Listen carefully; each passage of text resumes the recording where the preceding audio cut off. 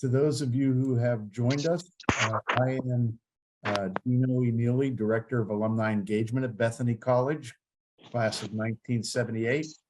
I want to welcome you and thank you for joining us this evening as the Alumni Council continues the Bethany Connect Speaker Series, which features our own Bethany College graduates.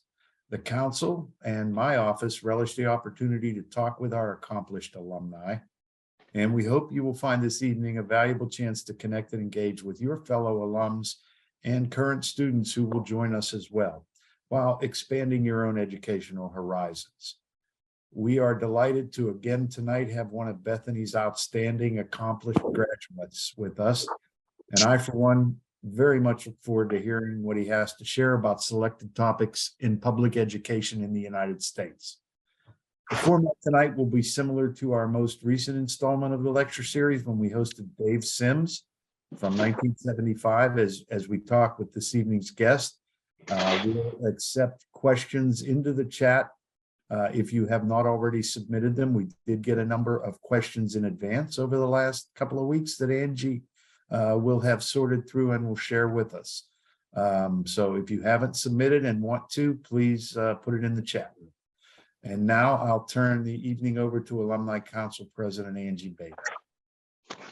Thanks, Dino, and hi, everybody. And Dino, thank you for that great welcome. I'm Angie Beto, president of the Bethany College Alumni Association. And on behalf of all of us at Alumni Council, we are absolutely thrilled to present another Bethany Connect Speaker Series tonight. And it's now my absolute pleasure to introduce tonight's special guest via a quick video clip. Snowing out, they're still outside, and they have choice as far as what they're looking to play. It's child-led. So they have this outside, not only for physical education class, but they're outside 3 to 4 times a day. And this is what childhood should be like. There's no reason for the United States not to bring this back. It's very simple to do. Man, that is sick.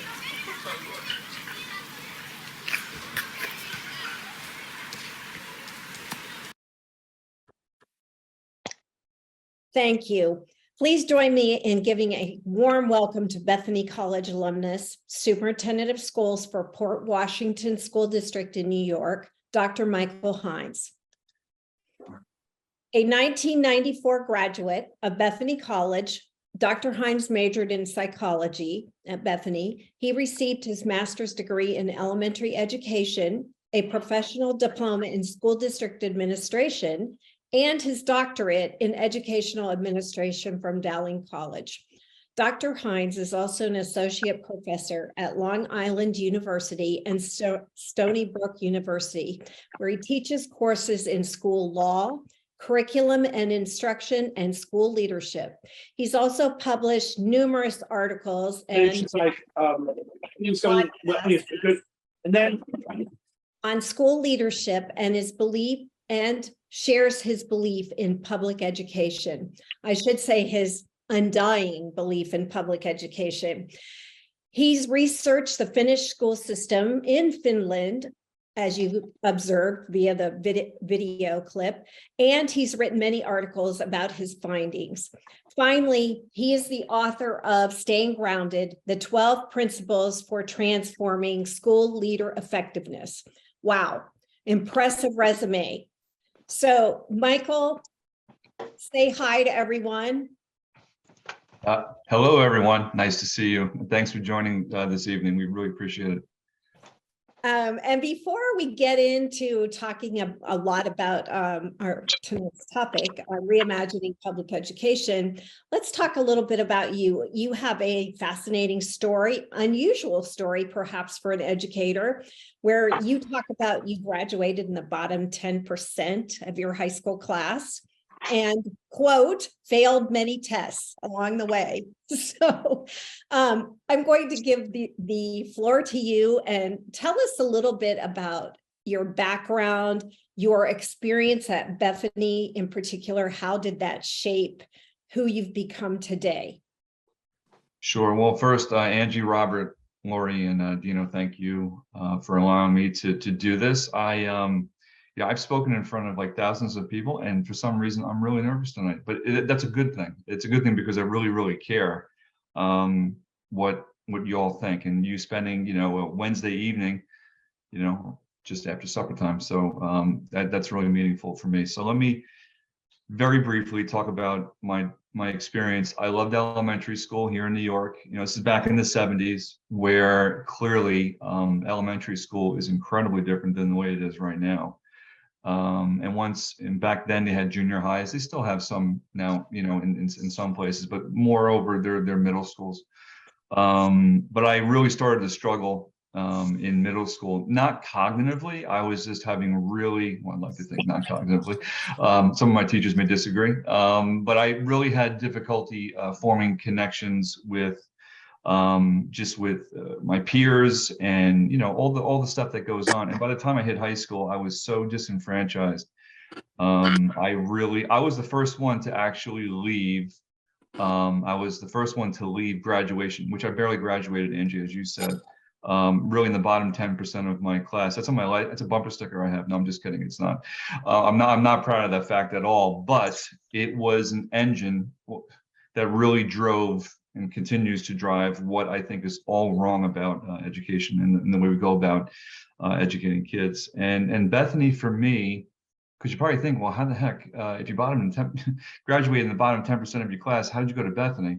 I took a year off where I was went to community college out here on Long Island, and I was able to somewhat recalibrate and to get a sense of understanding as far as what I wanted to do. And when I applied to Bethany, it was the only college, I will say, that openly welcomed me to come. And what I found in Bethany was, because I think of its small size, I think really helped me. I went through 5 different majors, which is like, I drove my parents clinically insane. They're like, what is wrong with you? It's like, you can't figure anything out. You know, like, what do you like to do? You know, all those things. And I really didn't know what I wanted to do. And it is a liberal arts school. it is. And it really assisted me with trying many things and failing at them often.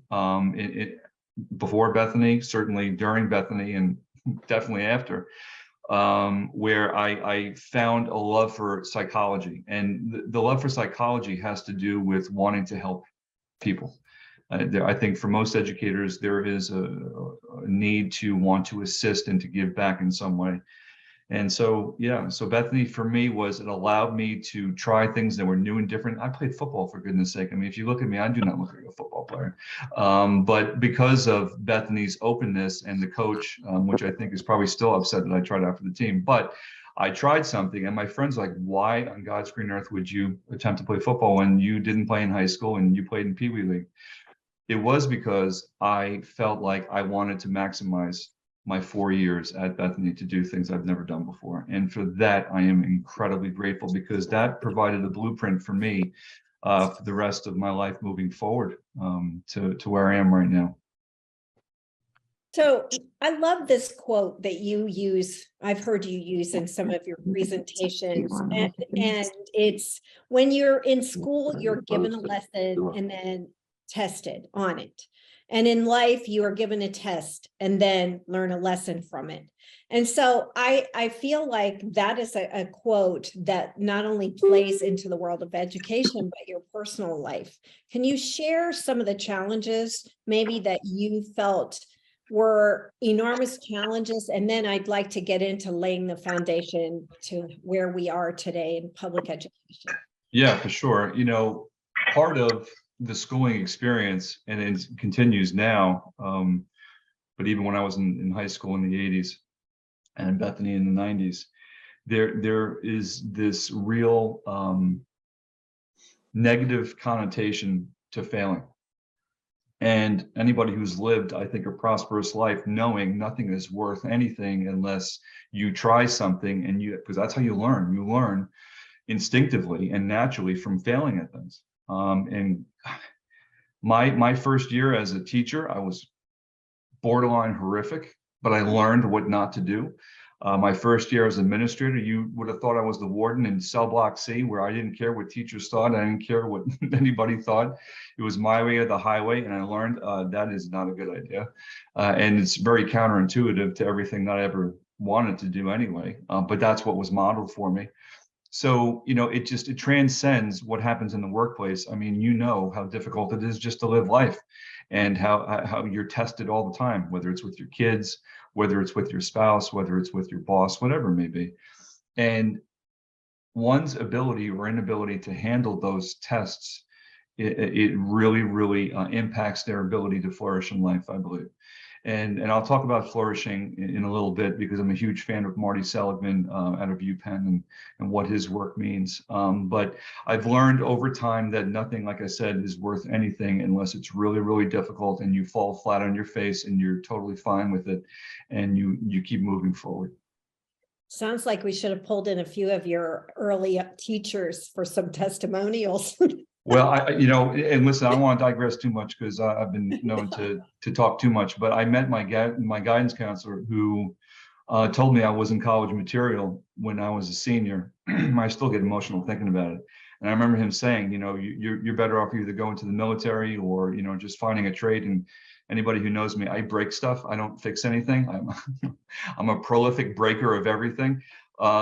So when I heard that, that's like a self-fulfilling prophecy. So anyway, make a long story longer, I saw him probably around 7 or 8 years ago at a gas station, and the ego part of me, which we all have, right, wanted to go, hey, guess what I'm doing? But I didn't say anything to him.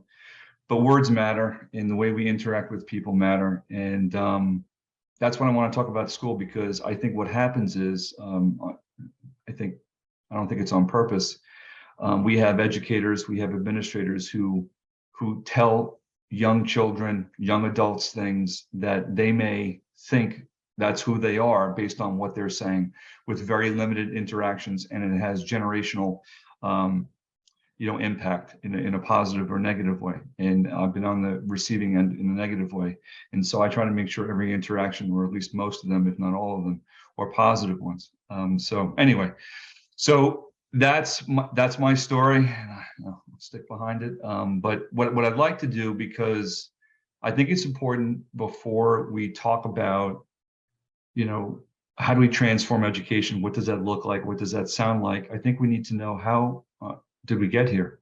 Like, what happened from the 50s to the 60s to the 70s to where we are right now? Because if an alien plopped in a spacecraft in 1950 and they looked at a school, and they look at it now in 2023, not much has changed, except for the way that we test kids and the way that we sort them into certain categories. And so I want to talk about how we came to this, and of course, stop me at any point to answer any questions that you have, because I know we have limited time, and God knows I could talk about this all day. So let me share my screen real quick, and let me see if I can find it. So how's that? Can you see it? I can. No? Yeah, Yes. You can? Okay, good. Okay, so let me see if I can make this bigger. So I always start with, I start with this, because this is how my kids do wake me up every morning, by the way. They come running into my bed and they give me the big leg every morning. But anyway. Stop their video on? Oh yeah, I'm just going to ask if you have your mic on, just if you could, please, just because I have so much to say. No, I'm just kidding. Just if you could just mute it for a second. I talk about this all the time. Most of what we talk about in life is really about perspective, right? So if you look at this sign, and I use this often, some of you will see the word good. Some of you will see the word evil. If you see the word evil, please log off. I don't want to talk to you. But it really comes down to the way things land on us and what we see. And a lot in education, many things that happen in education, is really about perspective. Also, when we talk about students, when they are about to leave schooling, they go out into the workplace. And if you look at most workplaces, especially business models, these are the things that they're looking at. They're looking at, how can someone communicate and listen well? How can someone have the ability to suspend certainty about certain things and have a different perspective, a different point of view, something that is sadly lacking, I think, in this day and age, that's for sure, especially when we come to anybody's political views and whatever it may be. Having empathy, not empathy, but empathy for one, as far as what they're doing. And then really being a critical thinker. And I want to really dive deep into critical thinking and divergent thinking and what that means, because we have lost touch as far as what that means, especially with the way that we assess students. So I'm going to go through this very quickly. I'm not going to talk about this. I don't know if anybody knows who Jack Ma is from Alibaba. He's since retired. But this is a guy who really actually started out as a teacher, was a very successful business person, but was failed many, many times before he really did what he did as far as his business. And if you look at these two quotes, he tells his son, you don't need to be in the top 3 in his class. He doesn't care. Could you imagine some parents telling their kids now? Because I can tell you many kids, that's not the case. It's all about, wanting and striving to be the best, as opposed to being better than we were yesterday in some capacity. That to me really, really resonated with me. But what is really important to understand as to how we got here, there's something that Pasi Sahlberg has coined, and Ken Robinson talks about this in many of his TED Talks, is about GERM, and it's a global education reform movement. And it really started, as he says, making students sick since the 80s. And if you think about some of those major changes, A Nation at Risk clearly was something that came about in the early 80s with Reagan.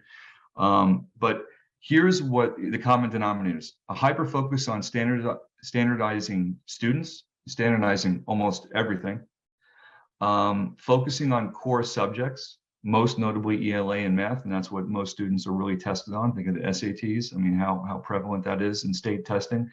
Usually in grades 3 through 8, it's always about how does someone, fare in their English and math scores. And there's a lot of test-based accountability policies. So it's test and punish. I think we were talking offline before, Angie, about, if a student doesn't fulfill these exit exams after their high school experience, they don't graduate. And then what? Because let me tell you right now, if a student doesn't graduate, good luck trying to find anything in life as far as work or anything else. So these are some of the things that he talks about. And when you look at the map, this has been spreading really a lot since 2013, most notably in the United States. Do we do enough on that note to provide educational opportunities for students who aren't able to pass the exit exams, for example? Or do we need to do better? And that's a question, we can put that on hold.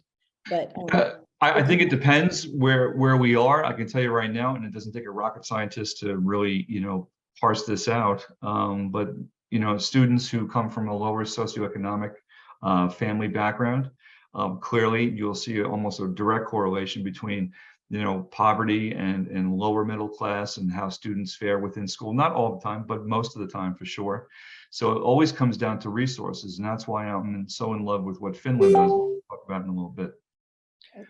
So I just want to talk about resume building, because this has really been a phenomenon for, quite some time, not only in China, but certainly in the United States, where we'll see students who are building their resumes at the age of 5, 6, 7, getting ready to enter, college. They'll keep, adding things to their resume as far as after school activities. And this is part of the problem too. This is why kids are more anxious, depressed, and suicidal than any generation before, is because they're hyper scheduled from the moment they wake up until the moment they go to bed. That's a real problem that we have. But again, I'll talk about that a little bit later.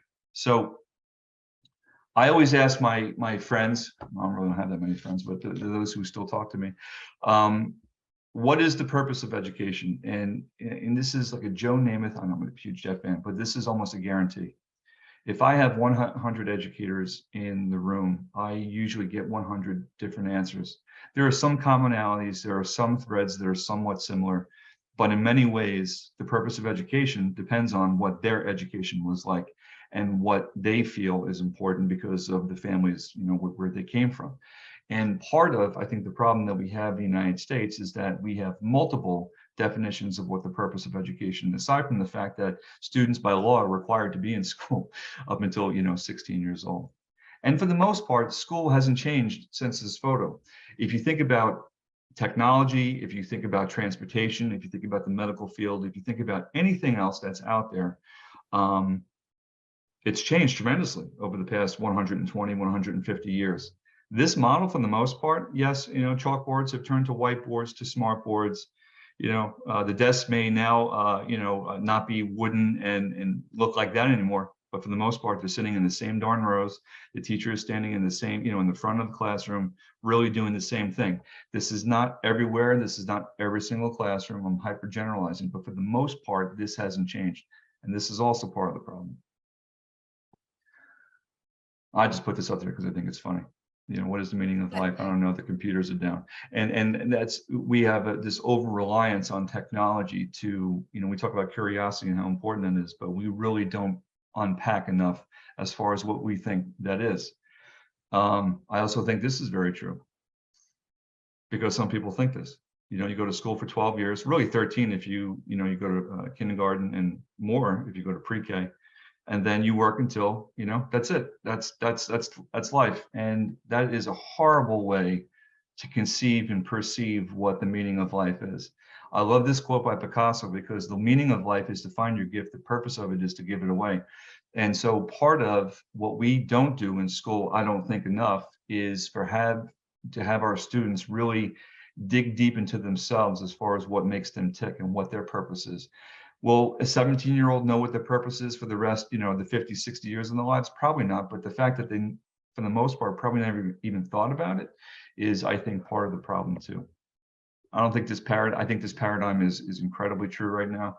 I remember, if I got in trouble in school, I probably wouldn't make it to school the next day because my parents would be very upset. But now the script has totally flipped on this, and usually teachers or administrators are the bad people, and most students, not all students, they do no wrong. Now think about this, and I talk about this in the TED Talk. Students are in school for the most part for 14,000 hours. Think about how much time that is, that we have the ability to cultivate the talents and maximize the potential of kids. It's an incredibly long amount of time. Malcolm Gladwell, in his book Outliers, talks about the fact that it takes 10,000 hours to master something, right?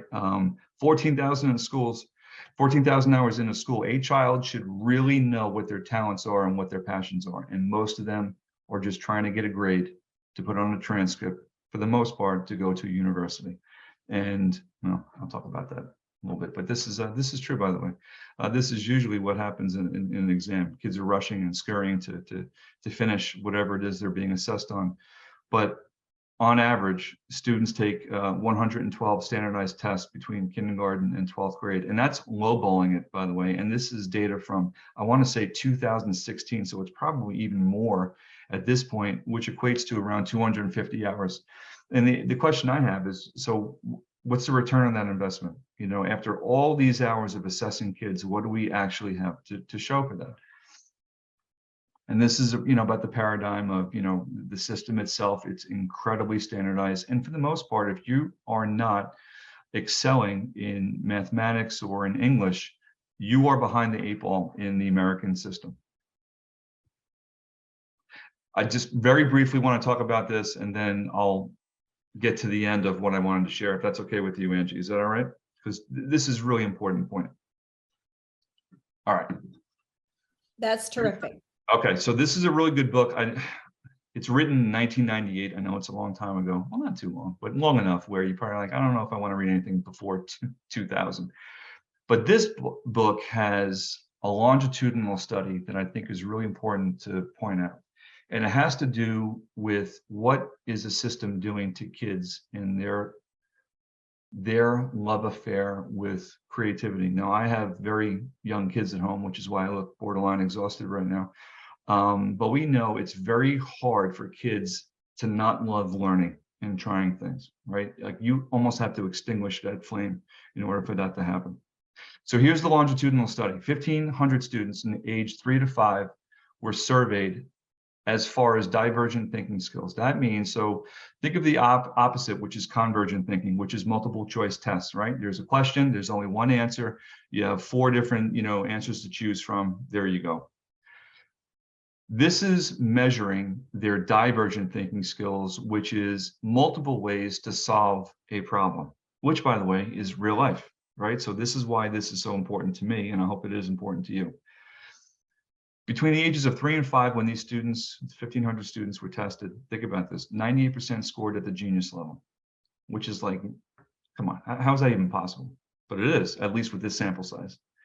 Between the ages of 8 and 10, only 32% scored at the genius level, and then you can do the math. Between the ages of 13 and 15, only 10%, and here's the best one.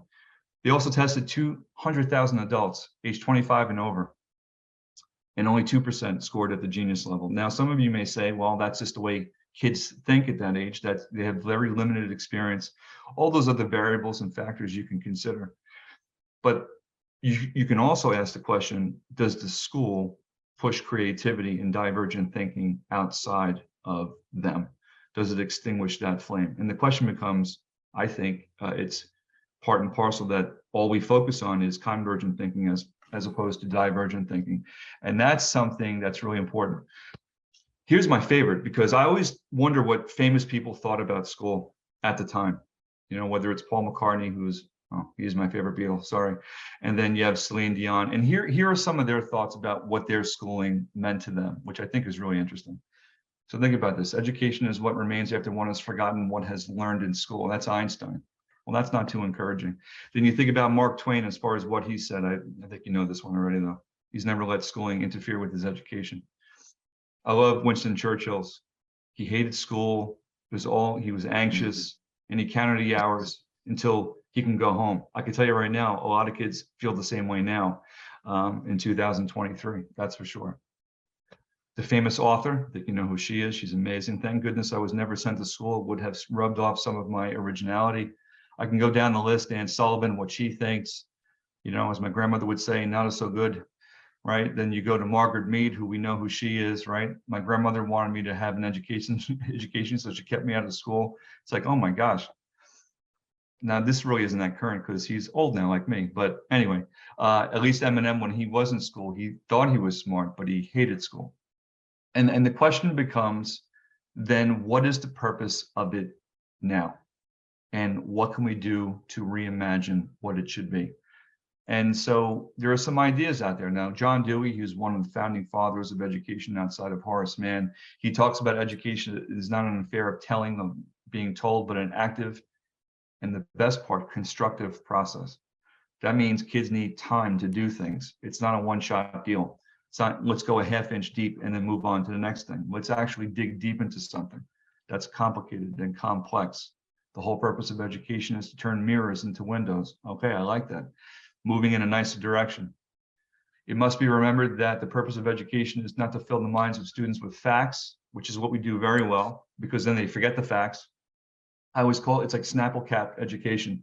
Like, you ever see a Snapple cap?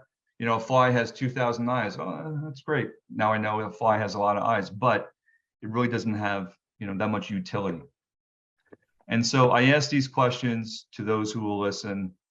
And then we come down to Ken Robinson, who I've been very fortunate to work with him. For those of you who know him, the most famous TED Talk of all time. He is a riot. Unfortunately, he passed away not too long ago. I'm still pretty friendly, actually very friendly with his daughter, Kate.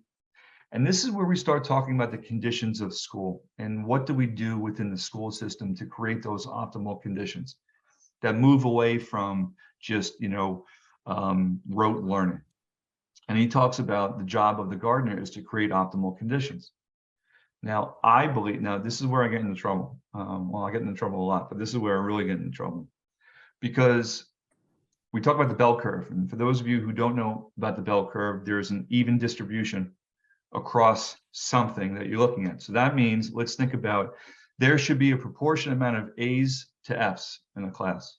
There should be a proportionate amount of B's to D's, and C's would live here in the middle. You have low C, middle C, and high C. So what they're saying is, for the most part, everybody should, not everybody, the majority should fall in the middle. And I don't believe this at all, because this is where I believe the talents that students have, many of them can't be measured, or we don't take the time to measure them. If we're talking about ELA and math, maybe so, but there are other things that we need to attend to. And what do we do? I think, Angie, as you asked before, to support kids so they don't fall between the cracks, which I think the American system does very well. We allow kids to fall between the cracks. And we have to start thinking of the school system as a human system, just like our human system has subsystems within it, right? It's the same thing when it comes to the school system. I'm not going to bore you with the details. This is out of Peter Senge's work, who's just a brilliant man out of MIT. And in this book, he talks about schools that learn. He talks about the fact that there's a school board, there's a superintendent, there's a principal, there's the teachers, there are the students, there's the classroom, there are the parents, and then there are the politicians, which I don't want to curse because this is being recorded. And this is where it becomes very, very complex. This is where the system allows at times for viruses and germs to enter it, which seizes all the good work that can happen. I'm not going to bore you with this. I'm going to end with this, though, with Finland. By the way, look at this real quick. This is a scan of a brain, right? So you see someone sitting quietly on the left-hand side. The brain's not active. It's not. It's, you know, it's blue, a little bit of green. After walking for about 20 minutes, you can see there's red, which is great. That's what you want. You want the brain to be engaged. Our students sit so much during the school day. This is part of the problem that we have in schools. We want kids to be quiet, sit down, you know, don't move. And we have to do the opposite, which is really almost antithetical to a lot of educators out there, because for many of them, not all of them, they want to be in control of the classroom. They want to be in control of X, Y, and Z. Having kids move around a lot, having kids talk a lot, you know, can make some people feel very, very uncomfortable. So let me get to Finland. Can I make a comment or ask a question about that? Kids sitting for a long time. I know across the country, and especially here in Texas, there's a lot of push for 4-day school weeks, 4 days kids in school, and that makes the day longer because they still have to obviously accomplish a certain amount of hours and time in school per year. So I would think, based on what you just said, that would, unless we dramatically change the way they operate during the school day, that is going to end up being a very negative experience for many kids. So I don't know. I don't think I'm a fan of the 4-day week, but I will share something about Finland, which I found really astounding. Okay. Because what I found, this is something I wrote in the Hessinger report with my good friend, William Doyle. We visited Finland together for a while and we did our tour. Here are the things that we found that they do that we don't do enough of. And maybe we do a little bit more now because of what happened with COVID. But believe it or not, their main focus is emphasizing well-being. That is by far the most important thing there. I think there's a lot of different definitions of what well-being is. But I think, you know, we can come to the conclusion that well-being is being a fit mind and body, right? Encouraging both formative and summative, and self-assessment. So this is something they do at a very early age. They want their students to actually assess themselves, and they teach kids how to do this at a very early age, and we don't do enough of this. They boost learning through physical activity. Now, believe it or not, you know, as I said in that video, 4 periods a day they're outside. They don't care if it's 2 feet of snow, by the way. And because Finland is mostly forests, they want kids climbing trees. If we had kids climbing trees in New York, I would have 15 attorneys underneath that tree trying to sue everybody. They're having kids using tools in first grade to cut things, like really, really cut things, like with electric tools. So they trust kids, and they do this in a way that is incredibly beautiful to watch. They shorten the school day. They have a shorter school year. They have a shorter school day. Now that sounds like, how is that even possible? And by the way, when they're in 3rd grade, they're speaking 3 different languages.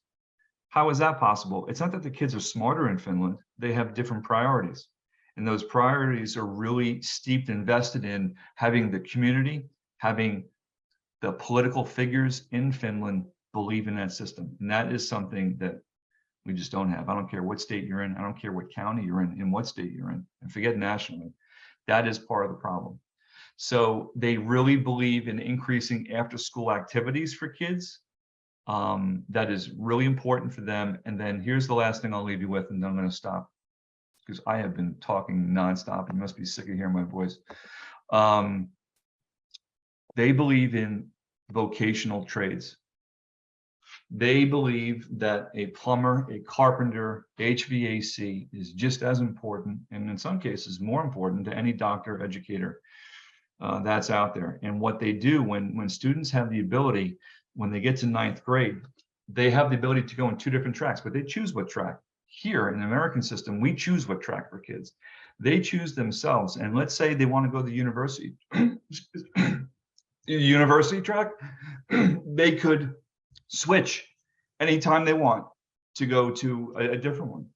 So they have a lot of flexibility. They have a lot of ingenuity, and they have a lot of equity, meaning that you can go to Lapland in Finland, which is like, you know, you're in Siberia, or you can go to Helsinki and you'll find the same school, the same amount of resources, the same amount of teacher training. And by the way, being a teacher in Finland, it's like NASA training to be an astronaut. It's like, it's really, really in depth. It's steeped in childhood development. That means really understanding who Piaget is, who Erik Erikson is, remember all those different people from many years ago as far as child development and what that means. They have a real understanding of how kids learn and how important it is for kids to move.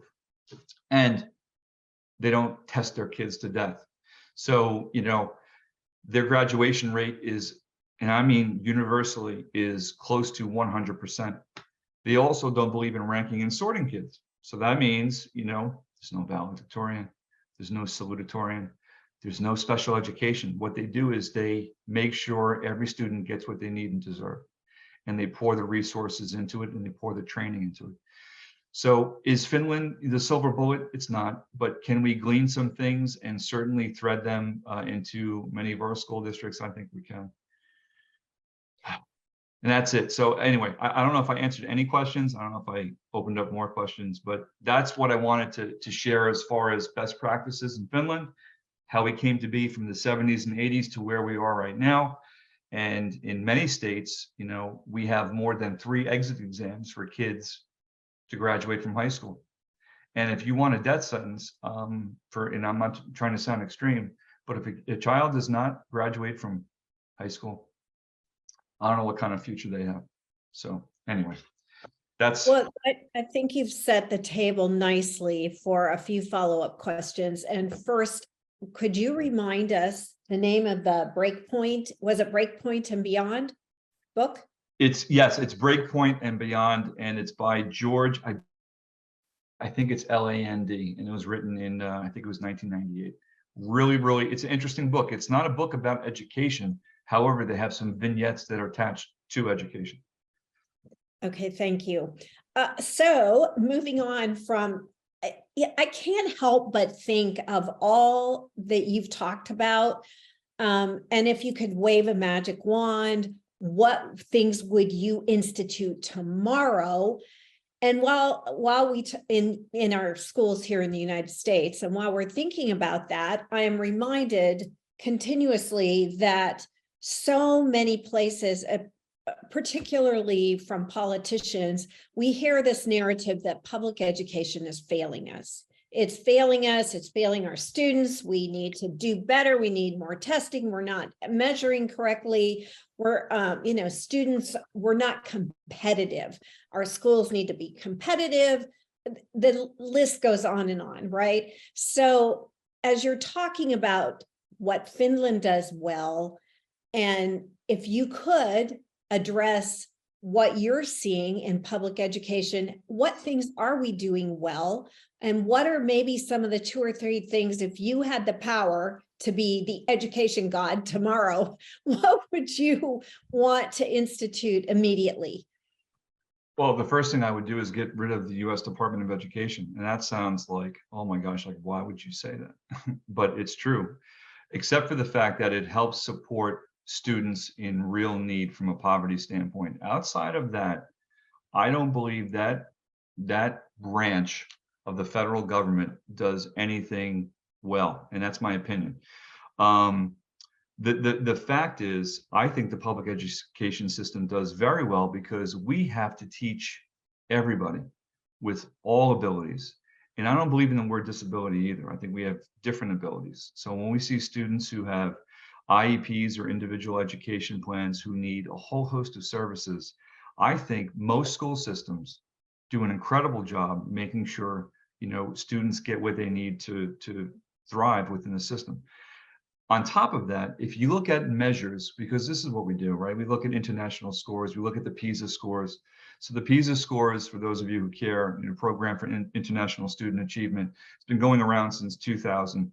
And what they do is they take 15-year-olds in select countries and they test them in language, they test them in mathematics, they test them in science, all those different things. And for the most part, the US education system usually comes in around 20th to like 30th, depending on the year, depending on the test. And then you'll find Finland, you'll find Singapore, you'll find South Korea. They'll usually score very, very near the top. And if you disaggregate the data as far as why the scores are the way they are, and this is not blaming, this is just a fact. It's an equity problem. Again, if you tease out, and it's mostly, you look at urban school districts where they're incredibly underfunded, they're under-resourced, and then you have children who need lots of supports, and not just academic supports, but a whole host of many other supports, that you'll see the scores dip, and it's totally not their fault. The problem is we don't tackle those urban issues and those rural issues the way that we tackle suburban issues. And that's really, really the problem. So that's why, from an equity standpoint, I know equity, is like a lightning rod. It's like throwing a toaster in a bathtub. But equity really is a major part of the problem, because you'll see, like on Long Island, what we have is per pupil expenditure. And again, it doesn't take rocket science. In my school district, we're paying more than 30-something thousand per student. That's the average that we're paying per student. If you go to a struggling district on Long Island, I'm not going to name which ones they are, it's usually half or maybe just a little more than half. And again, it's not rocket science. So it comes down to, do we have the best teachers in the places that need the best teachers? Do we have the best leaders there? So on and so forth. So we have to think about what that looks like and what that sounds like and how we can make that happen. And I think we can make it happen. But the problem is, it always becomes political. Without a doubt, it's political. Well, I think that's the perfect segue into a question submitted by an alum who asked, what is the best defense that public school districts can mount against attempts to persuade lawmakers to devote taxpayer monies to private schools? So when we talk about private schools, we're not talking about Catholic or yeshivas. We're talking about schools where there are charter schools out there that use public funds. And, I'm very careful. The old me would have been railing against charter schools, saying they're horrible. They're taking away public funds to do, to pay for select students who need certain resources. I think if we get into the battle of good versus bad, that never ends well. What you have to do is look at the facts, and you look at the facts as far as how charter schools perform compared to public schools. And for the most part, you can put most charter schools, not all of them, most charter schools, and you equate them and you line them up against public schools. They are, achievement-wise, for the most part, it's the same. Now, you'll have some outliers, especially in New York City, and especially in some other places where they're doing very, very well. But all in all, for the most part, think about this too, 90% of the students in America are educated in a public school. 90%. That's students who have incredible, let's say, intellectual abilities, who may struggle socially. You have kids who are middle of the road. You have kids who are hyper struggling. We take them all in. In select charter schools and select private schools, they are selective. And so they're only handpicking certain kinds of students. And again, I'm not saying one's better than the other, but if you look at the real data, David Berliner is an author. I think he's at a University of Arizona. I could be wrong. He just wrote a really good book comparing private schools, charter schools, and public schools over the past X amount of years. And you'll see the data. It speaks for itself. There is these urban legends that are out there that public schools are underperforming. And listen, I could find public schools that are underperforming. I could find some that are overperforming. But all in all, I think we're doing more than a decent job. So I'm going to expound on this a little bit because I'm not certain where the alum lived who submitted that question. But in Texas, we definitely have a movement to use taxpayer dollars for private, meaning religious and any kind of private school. And so I'm not sure if that's what this individual meant or not. And would you have any other ideas? Is it just best to write our representatives or call? It really depends who the representative is and where they're aligned to, because listen, if you dig deep into, what somebody's thinking and feeling, I mean, you're going to, for the most part, find where their supporters are. And if their supporters and the money is coming from, a certain place where they want that individual to, be the cheerleader for that type of school, it's not going to dissuade them from, from doing that. I think the best thing one can do is really become educated themselves and look at what's happening locally in a positive way, because that's the way I try to listen. I say this all the time. Changing my own mind is hard. Changing somebody else's mind is damn near impossible. But you can do it if you arm yourself with real facts. And I know for the most part, you can find data that supports both sides of whatever the equation is. But there is longitudinal data, especially in that book, that really outlines, why the American system needs a strong and healthy public school system. Because if our public school system fails, look at states that moved in that direction. Michigan, for one, and look at what happened there. And you can look at countries that dismantled their public school system. You look at Sweden, as far as what happened in Sweden. So the strength, I believe, of American democracy, of our freedoms that we hold very, very near and dear, really comes down to what we believe, what we know, and how we can support public schools. Are they perfect? They're totally not perfect. They're far from perfect. And in some ways, they're incredibly antiquated and very, very old. But it's the best that we have right now. And we're hoping that we have other legislators out there, both nationally and hopefully statewide, that believe in the public school system to start making some of these reforms. I'll just add to that. I'm reading a book, A Wolf at the Schoolhouse Door. Great book. And I think there is a lot of helpful information in that to whoever asked that question. And I'll add, Angie, anything that Diane Ravitch has written, Yes. regardless of where someone may feel that she leans, she was part of the George Bush one. She was the Secretary of U.S. Education. She then No flipped child it. left behind. Yep. That's right. And she totally flipped the script as far as in her mind, what's in the best interest of kids. And she changed her own mind. And she writes many, many books about why public schools are so important. Yes, she has a number of really excellent books on public education and those topics. But that leads us to, I know we're getting short on time. I wanted to revisit the testing piece, and you set that table just nicely right now, because Diane Ravitch was a big proponent of the No Child Left Behind testing system, but then did the 180 flip on that decision. And so what is your thought? How can we be more effective in assessment of children? And as an educator, I know we learned how to test ourselves and use that as benchmarks. We've just gone overboard. What do you see that could be a better solution?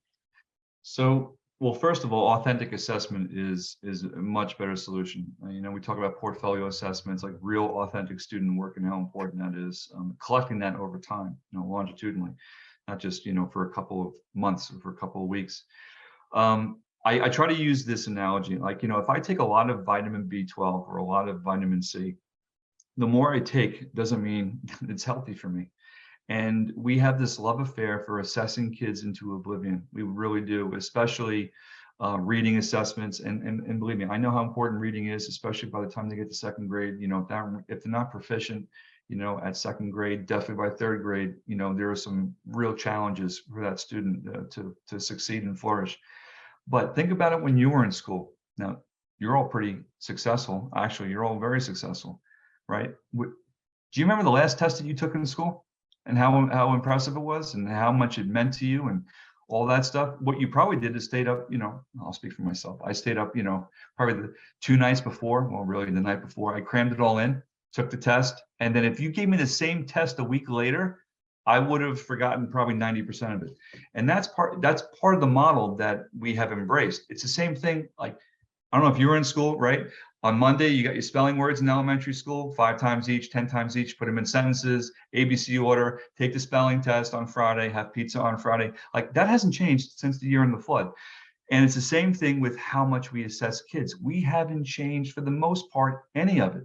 And I think there is a movement now, especially at the high school level when kids are graduating, to move away from, like in New York State, you're taking 4+1 exit exams. And if you don't pass all of them, you're not graduating. The Board of Regents, which is the governing body in New York, is now revisiting that and looking at different ways for kids to graduate. The best way to assess a child, well, A, is for them to assess themselves, to make it's a teacher assessment where teachers know what they're doing in the classroom. We have to trust them. They know how to assess their own kids, and to make sure there's some authentic learning that's there in groups. They're working with other kids to produce something, because that's what happens in real life. Like, as an adult, when's the last time you took a multiple choice test, except at DMV maybe? Probably never, or in a very, very long time. So those are some of the things that we have to reframe the way that we view assessment and what the purpose of assessment is. Thank you. Bob Brosh asked, in Finland, are students segregated according to apparent ability and affinity for traditional academic subjects, or is it done a different way? So they're not ranked and sorted, and what happens is they are, listen, if they have a proclivity for being very STEM, they take those types of classes and they can move in that type of track if they want to. And it's the same thing for the humanities. They find that they have this love affair with, you know, social studies and language and all that stuff. Then that's what they support them in. They have different ways of moving through a system. Whereas in some schools, I will say many schools, in American schools, especially at the elementary level, do you remember the reading groups? Blackbirds, Robins, whatever, right? Like that still goes on. Like, that still happens. I'm not saying it's happening in Carrie's school or anybody else's school, but that sort of thing happens. And in my estimation, we need to move away from tracking kids where we are the ones who are doing the tracking, as opposed to students self-selecting and being more independent in what they want for their education. That's what I found, is that they're very vocal in what they want to learn and how they want to learn it. And then again, make those choices with supports that are there. That's fascinating, I think. I know we're running out of time. Can you sum up your mission recess? Mission.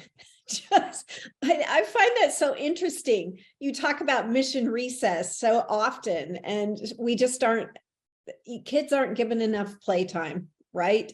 They aren't. And when I talk about recess, I'm really talking about adults getting out of the way and not telling kids how to play, when to play, what to play, right? It's kids are doing it all on their own. And the CDC came out with a report a few years ago, you know, really claiming that kids need to have more recess. On average, a student has only 15 to 20 minutes of recess a day. A federal prisoner has 2 hours. I mean, that makes absolutely no sense. And if we know the biology and the development of students, we know students move, especially at a young age, through movement. And we know that they learn those life skills as far as taking turns, being challenged, all those different things in recess, they learn that there. So for me, the mission recess has to do with making sure that all students have at least 45 minutes to 1 hour of recess every single day. And it's just as important as any content area within the school that they are learning. And I've had places that embrace that. I've had places that think I'm clinically insane for embracing that. But if you read, there's a lot of books. I can share resources later on as far as William Doyle and Pazzi Salberg wrote a book, and they went all around the world as far as looking at school systems. And those school systems that had the most amount of recess is where those kids were achieving. Because for most parents and most educators, we want students to achieve to where their abilities are. And providing that it's free. It's recess is free. And it's to think that we have to talk about recess and kids playing in this day and age. There are like news reports about kids having extra recess. Like, where are we in America if that's a news story? And we have fallen so far out of whack. The pendulum has swung so far in one direction, and kids need this. It's a right that they have. It's a right that they have, and many school systems don't allow them to do it. Or they use punishment. Teachers will use it as punishment and take away recess. They won't take away ELA or math, but they'll take away recess. Well, in Texas, we our kids' scores on the exit exams, they have to pass, and your school is graded upon the percentage of students who pass. And so the kids aren't given recess as much because there's no time for that. They have to learn the information that will be on the test. So I think recess has been brushed to the side, and I love your mission to talk more about that, and play and yoga and school and all those things. There are so many more questions I have. I'm sure that our participants have more questions. It's almost 8 o'clock, so I know we need to wrap it up. And gosh, do you have any final words? We can see your passion. Thank you so much for joining us, Mike. It has been a wonderful hour. It's gone by very quickly. Well, I appreciate it. 2 books I would recommend for those who want to see why it's important for kids to move and to really try to move that forward within your school system. Free to Learn by Peter Gray is a really great book. And if you haven't seen his TED Talk, I highly recommend it. He's a professor out of Boston University. The second is Spark by John Ratty. He's a medical doctor, and he talks about the importance of movement, not just for elementary kids, but for middle and high school kids. And he has vignettes of school systems around the United States as far as what happens when there's movement throughout the day for those kids. And I think you'll find that fascinating. And again, it's steeped in research, and that's what you can use when you want something changed. You show that research. Great. Thank you so much. And thanks again. That was wonderful information. As I said earlier, there are so many more questions I have. I'd like to talk about so many other aspects of the education piece. And I know we have to close things out this evening, but I wanted to thank Bob Brosh again, one of our Alumni Council members, for his efforts in setting up this speaker series. Thank you, Bob. I'd also like to take a moment to make sure that you all have met Lori Weaver, our Vice President of Advancement, who helps us with the behind the scenes here during our Bethany Connect Speaker Series. Lori, did you wave? Okay, thank you. And I wanted to remind everybody that we will have our next speaker series coming up in April, and we will provide more information. We're still working on the final details of that and who our surprise speaker will be. And the annual Women in Leadership Conference is coming up April 21st and 22nd. So be sure to watch for information about that. I know information comes out regularly from our communications office. So thank you everyone for joining us, and we look forward to seeing you again in April. Good night.